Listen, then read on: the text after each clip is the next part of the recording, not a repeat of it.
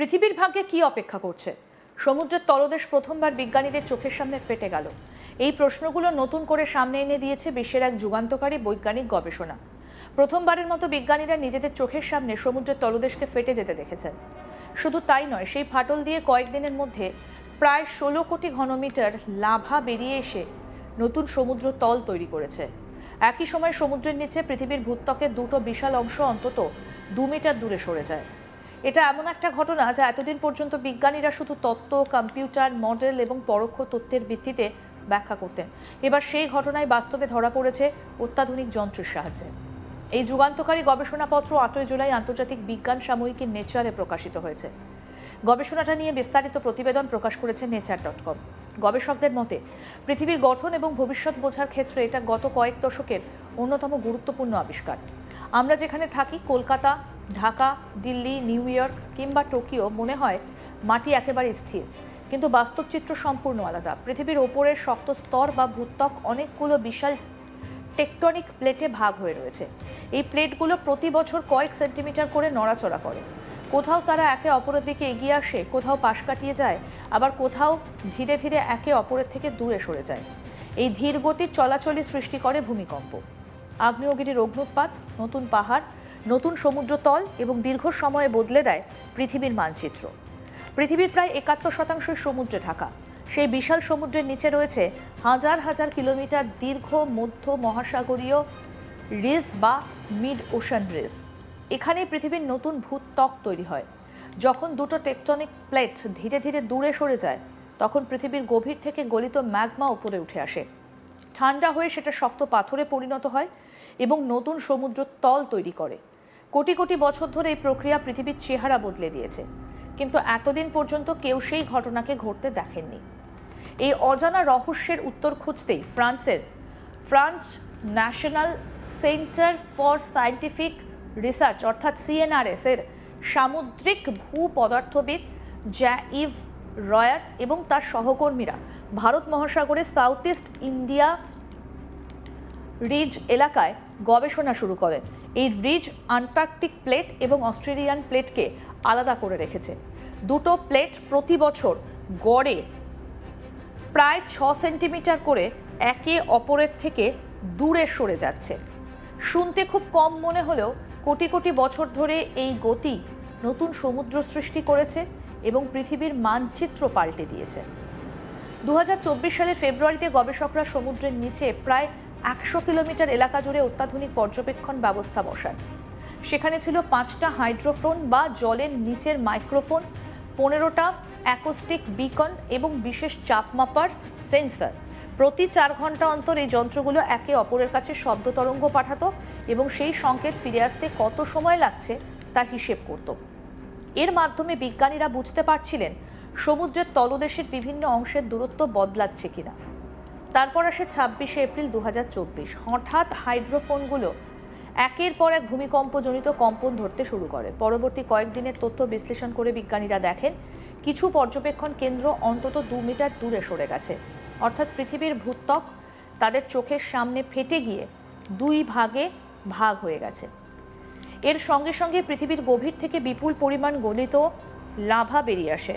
গবেষকদের হিসেব অনুযায়ী প্রায় 16 কোটি ঘনমিটার লাভা সমুদ্রের তলদেশে ছড়িয়ে পড়ে। এই লাভাই পরে ঠান্ডা হয়ে নতুন সমুদ্র তলে পরিণত হবে।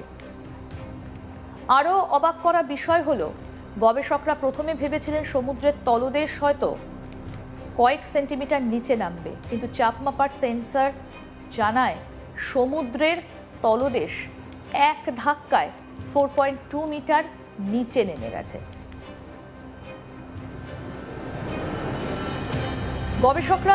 গবেষকরা গবেষণা করছেন এবং এই গবেষণার অন্যতম লেখক জ্যা-ইভ রয়ার নিজেই বলেছেন এত বড় পরিবর্তন তাদের কল্পনারও বাইরে ছিল।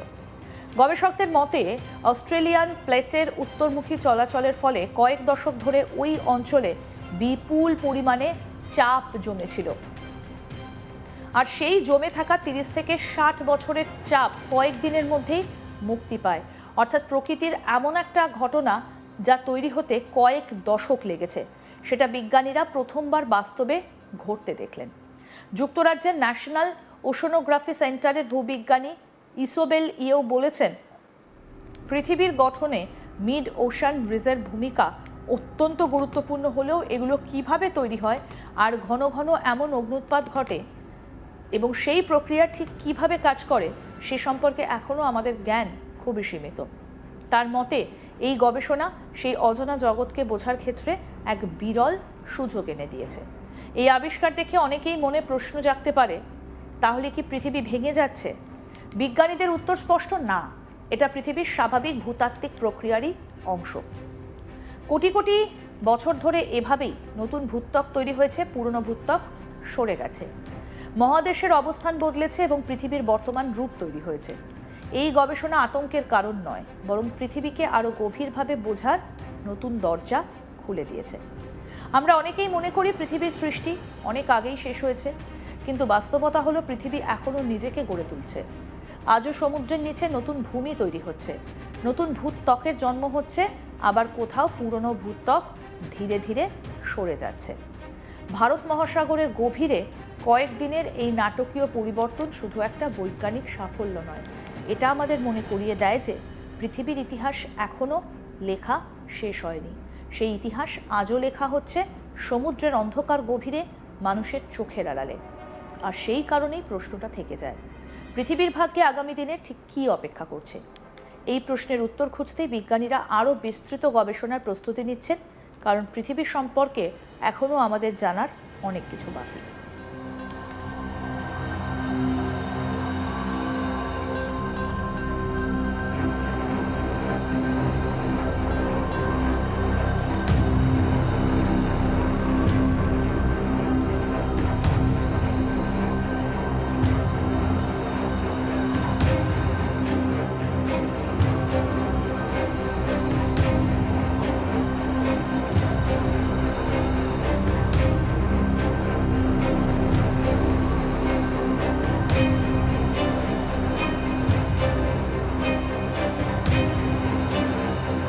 পৃথিবীর ভাগ্যে কি অপেক্ষা করছে?